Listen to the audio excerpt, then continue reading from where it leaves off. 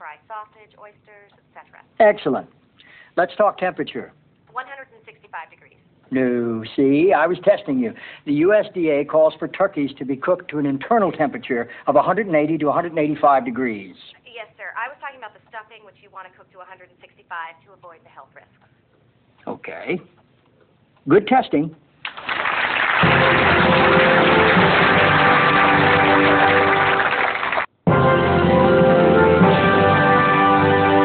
Did you know that 2,000 years ago, a Roman citizen could walk across the face of the known world free of the fear of molestation?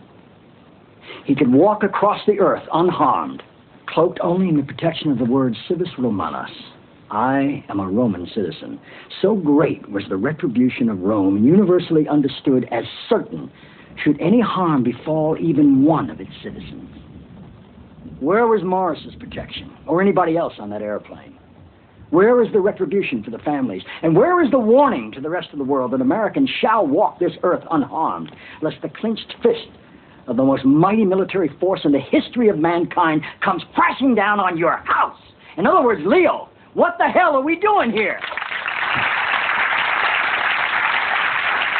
Welcome back to the Ultimate West Wing Challenge. That clip was about a fictional terrorist attack. After 9/11, Aaron Sorkin wrote a special standalone episode about the issues surrounding the bombing of the Twin Towers. Can anyone remember what it's called?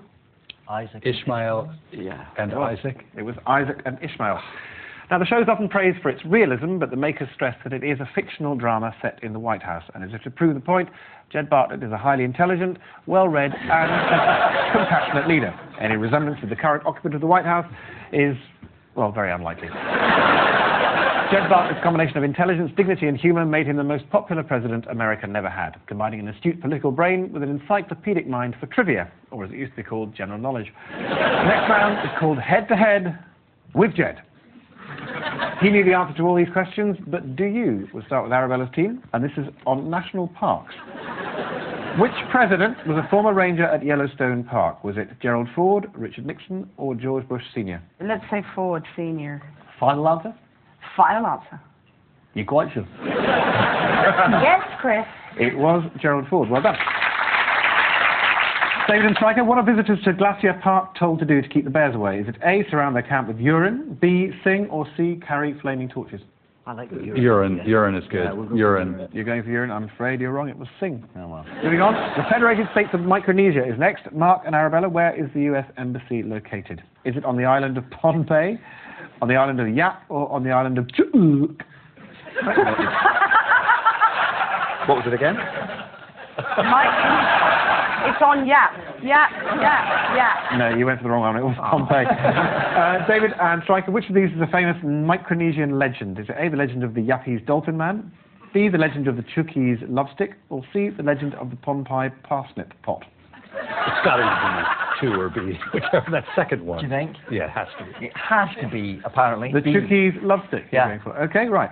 Well done. Traditionally made from a piece of wood, a young Chuk man would carve his own special design into the handle and present it to a woman. At night, the man would jab his love stick through the hut walls of his lover and wake her up with its sharp point, without alarming her parents. She would again feel the handle in the dark, and by recognizing the symbols carved in it, she would know that it was him. Very good. Thank you. Okay, according to the latest opinion polls, we have David and Stryker in the lead. Well done. Oh, no. Now, another clip. CJ's trademark is staying in control, but there are some things even she can't control. Remember this? I'll have Carol cancel the weekend. No, we're still doing it. Who? Me. No way. CJ. You get hot stuff. I get hot stuff? Hostile. Hostile. You get hostile. Don't get hostile. I don't get randomly hostile. I get hostile when hostility is called for. Let Sam do it. Sam went to Foggy Bottom. What's he doing at Foggy Bottom? I just wanted to see if I could make you say Foggy Bottom. Sam's working with the speechwriters. Toby? Toby's with Leo and the president. Josh? Hey there, cats and kittens. This is Josh Lyman coming at you with your 2 o'clock briefing. Josh, please. Be very careful. Try very, very hard not to destroy us. You shouldn't say that, CJ. You got a great body.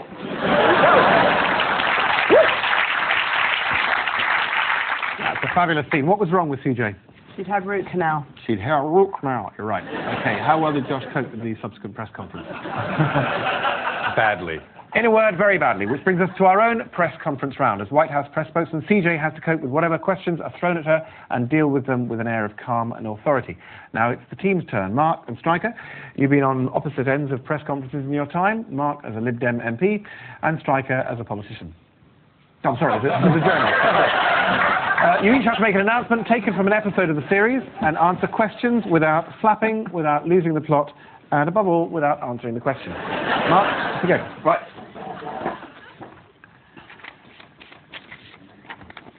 Okay, good morning, ladies and gentlemen. First off, I'd like to confirm that that unidentified object which was tracked over Mai has in fact not been a UFO, but is a Russian satellite which broke up and failed to return to ground. Can I also confirm that the myth that there is some kind of spacecraft in Fort Knox is also something which is a total myth? Mr. Roden, is it true that of the 8,500 metric tons of gold originally stored at Fort Knox, only 1,000 remain? Is your pass due for renewal shortly? No, I was just wondering, if the empty space isn't occupied by the Papoose Lake spacecraft, what is in there? I think there's only one empty space unoccupied at the moment, and I think we know where that is. I think you just got hostile. Next question, please.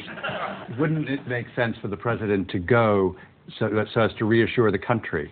I think he has full confidence that President Truman made a thorough investigation of that. A long time ago.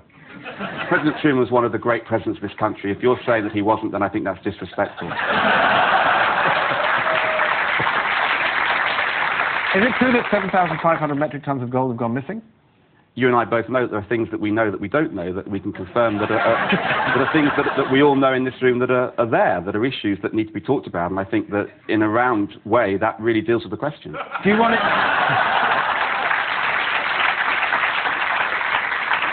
Do you want a job as American Defense Secretary?